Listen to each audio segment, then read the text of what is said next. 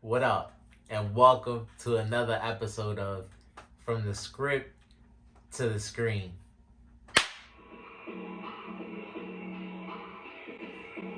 The Jujutsu Kaisen edition, back from hiatus. Like I told you guys in the last episode, the studio was giving us a little break in between the last arc and the new arc coming out, the Shibuya incident. And with the trailer releasing soon, the show coming back, decided to give you guys a recap of the rest of the stuff that's out for Jujutsu Kaisen with the movie and season 1. Like I said in the previous episodes, season 2 starts off with a flashback, so we'll go over all of that. And so, right to it, as always, shout out to the studio, MAPPA, for providing us with this great animation. And always gotta shout out the creator, Gege Akutami. And kicking it right off, so like I said, season 2 would technically be the start of the story, where we get introduced to Gojo and his classmates. We know the whole incident with the star plasma vessel involving Megumi's father, and why Megumi and Gojo have a rapport in season 1. We know now that Megumi and Gojo have known each other since he was a kid, and which is why he even ends up getting into Jujutsu High in the first place. But before that even takes place,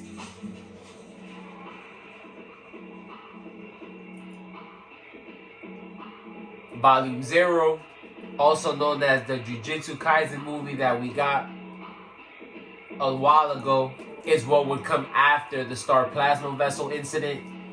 Now we know that Gojo's a teacher at Jujutsu High School, and so we get introduced to his first years being Yuta, Maki, Panda, and Toge.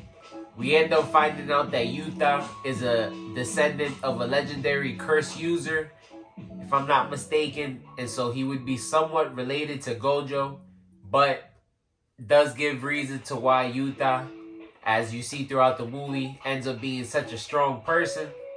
One of my favorite scenes from the movie.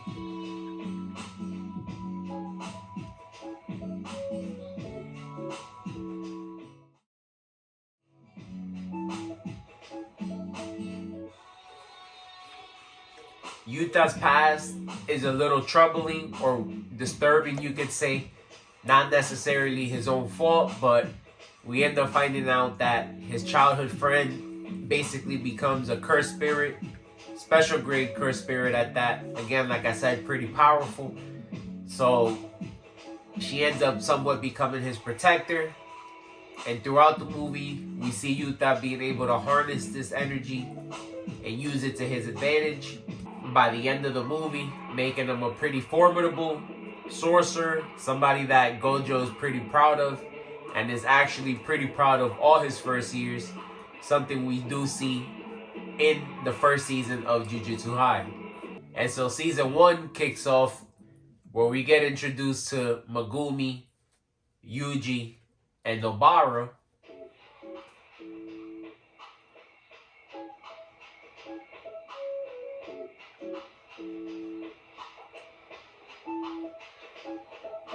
And so with Nobara, Yuji, and Megumi being the new first years, we know that what makes their story interesting right away is that Yuji wasn't familiar with Jujutsu sorcery at all.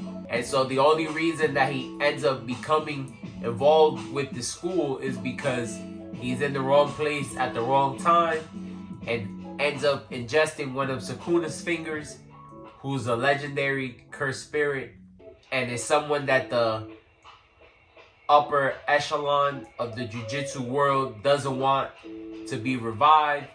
And so Yuji becomes a person of interest for multiple people across the show. Cursed spirits, cursed users, and again, just Jujutsu sorcerers in general. And so long story short, throughout the first season, all we see is Yuji basically trying to avoid all these things. Some key events that happen throughout season 1, of course, end up becoming a big influence on Yuji.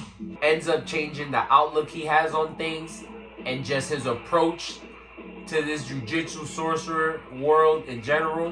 One of the things I enjoy seeing.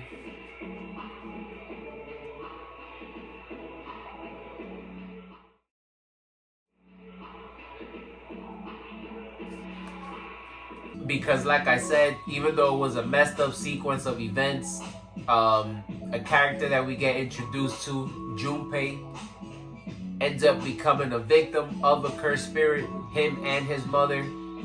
And so Yuji ends up trying to hunt down this cursed spirit with another teacher, I would say, that we get introduced to, named Nanami, one of my favorite characters of the show, who is someone else that ends up having a big influence on Yuji also.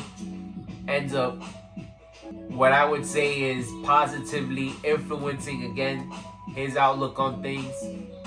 And so a very good season. The Jujutsu Kaisen world isn't lighthearted.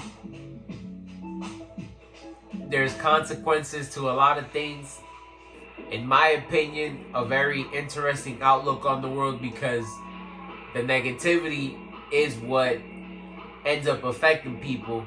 So it's crazy to see sometimes how strong those emotions can become, and just the impact that they can have when people decide to do things.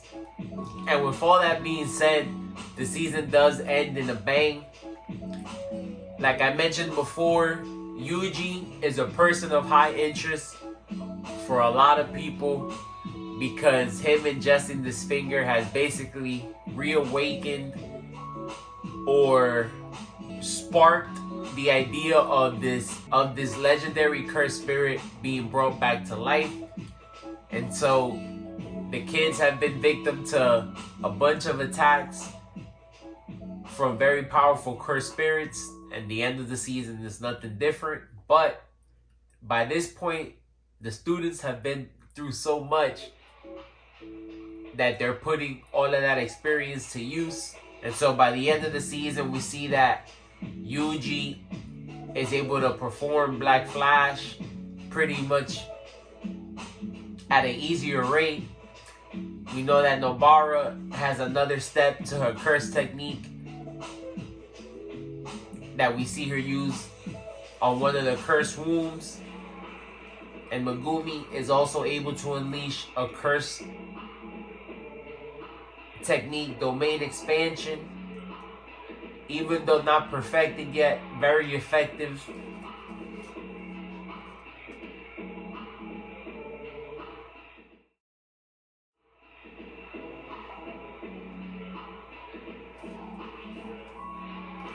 Definitely one of my favorite things of the season.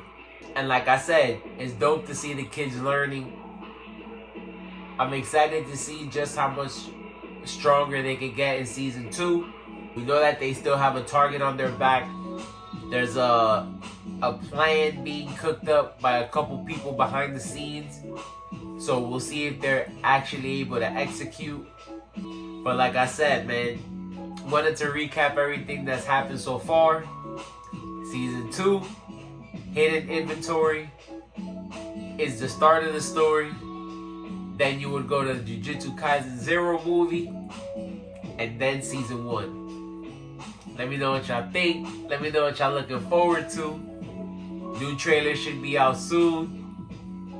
And we should be back in a couple days, man. Peace.